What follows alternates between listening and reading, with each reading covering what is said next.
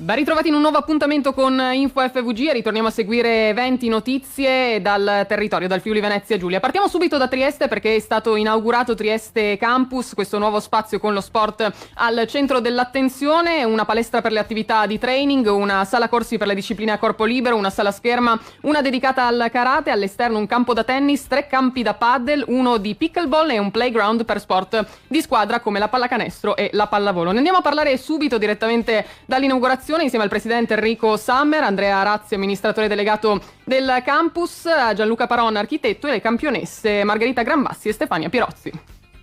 Ma entro 2 settimane circa la struttura sarà completamente aperta alle associazioni sportive dilettantistiche, quindi tutti i ragazzi che fanno sport, scherma, karate, nuoto, pallanuoto, pallacanestro, e poi a coloro che invece vogliono praticare uno sport come paddle, pickleball, tennis, frequentare comunque la palestra, e quindi per tutto questo ci vorranno ancora 2 o 3 settimane, ma poi sarà aperto a chiunque, al pubblico, e non solo alle associazioni sportive dilettantistiche. Ciao, sono Stefania Pirozzi, testimonial di Trieste Campus, Triestina Nuoto e Pallanuoto Trieste. Sono molto contenta e onorata di essere presente qui oggi, finalmente è un progetto che con l'inaugurazione di oggi si vede realizzato. È veramente una chicca da custodire, un fiore all'occhiello che fa invidia. Margherita Grambassi, oggi felice di essere la madrina di Trieste Campus.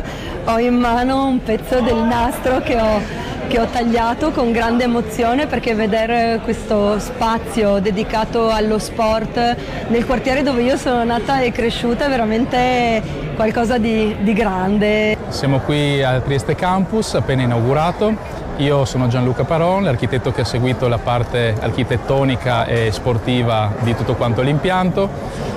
Diciamo che inizialmente questa struttura, che era completamente fatiscente, è stata trasformata in un campus sportivo che secondo me non ha pari a livello sicuramente regionale, forse anche nazionale, un'opera che probabilmente sarà un segno piuttosto importante nello sport triestino. Ciao a tutti, sono Andrea Razzi, pallanuotista della Pallanuoto Trieste, e sono molto contento. Questi spazi saranno destinati non solo alle associazioni sportive, ma a tutti quanti, a tutti coloro che vorranno fare sport bene, a un certo livello, nella casa dello sport, a Trieste Campus.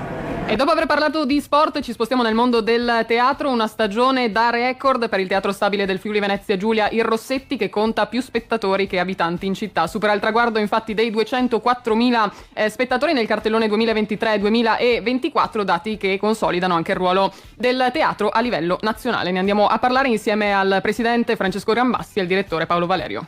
Un teatro che ottiene un numero di spettatori superiori a quello dei cittadini della città in cui opera è un fatto assolutamente eccezionale. Abbiamo raggiunto come Teatro Rossetti più di 204.000 spettatori nell'ultima stagione, la stagione 2023-2024, e quindi il Rossetti è praticamente una città nella città. Stagione estiva a Miramare partirà adesso a fine mese, a fine giugno, il 29 di giugno, con un grande concerto insieme al Teatro Verdi, e anche qui sottolineo la collaborazione con un'altra grande istituzione. Quindi siamo molto felici oggi di raccontare come è stata straordinaria questa stagione sui numeri, ma soprattutto sulla qualità. In particolare la Coscienza di Zeno con Alessandro Albero ha avuto una meravigliosa tournée e ridebutterà qui a ottobre, per partire da Trieste per girare poi tutta Italia.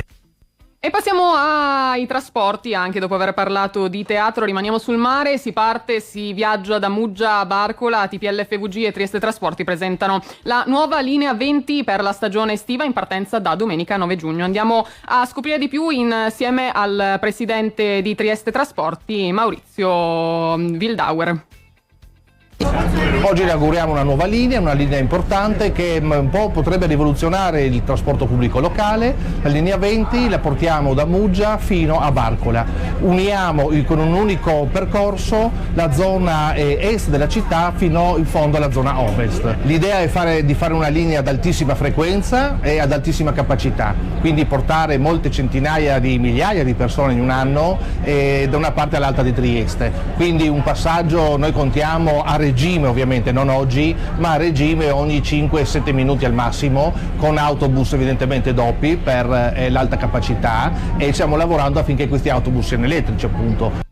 Potete scoprire di più naturalmente anche sugli orari sul sito TPL FVG. Noi chiudiamo parlando di lavoro. Lanciato un nuovo Recruiting Day in Friuli Venezia Giulia dedicato al gruppo Pittini di Osoppo. Gruppo Pittini, primo produttore italiano di acciai lunghi destinati all'edilizia e all'industria meccanica, che ricerca 80 nuove persone da aggiungere al suo team. Ne andiamo a parlare insieme a Gianni Fratta, responsabile per la regione Friuli Venezia Giulia del Recruiting Day, e Michaela Di Giusto del gruppo Pittini. Michaela Di Giusto, responsabile gestione e sviluppo risorse umane del gruppo Pittini, con questo Recruiting Day che si terrà il 20 giugno presso la nostra sede a Osoppo. Stiamo cercando 80 posizioni in ambito tecnico, specialmente focus in ambito manutentivo, quindi sia manutentori meccanici che manutentori elettrici, che andranno inseriti negli stabilimenti sia in ambito acciaieria che in ambito laminatoio. Come Regione Friuli Venezia Giulia nel primo semestre del 2024 abbiamo organizzato 20 recruiting, abbiamo coinvolto 132 imprese del territorio regionale. I posti di lavoro che erano messi in gioco, in campo, erano 1885.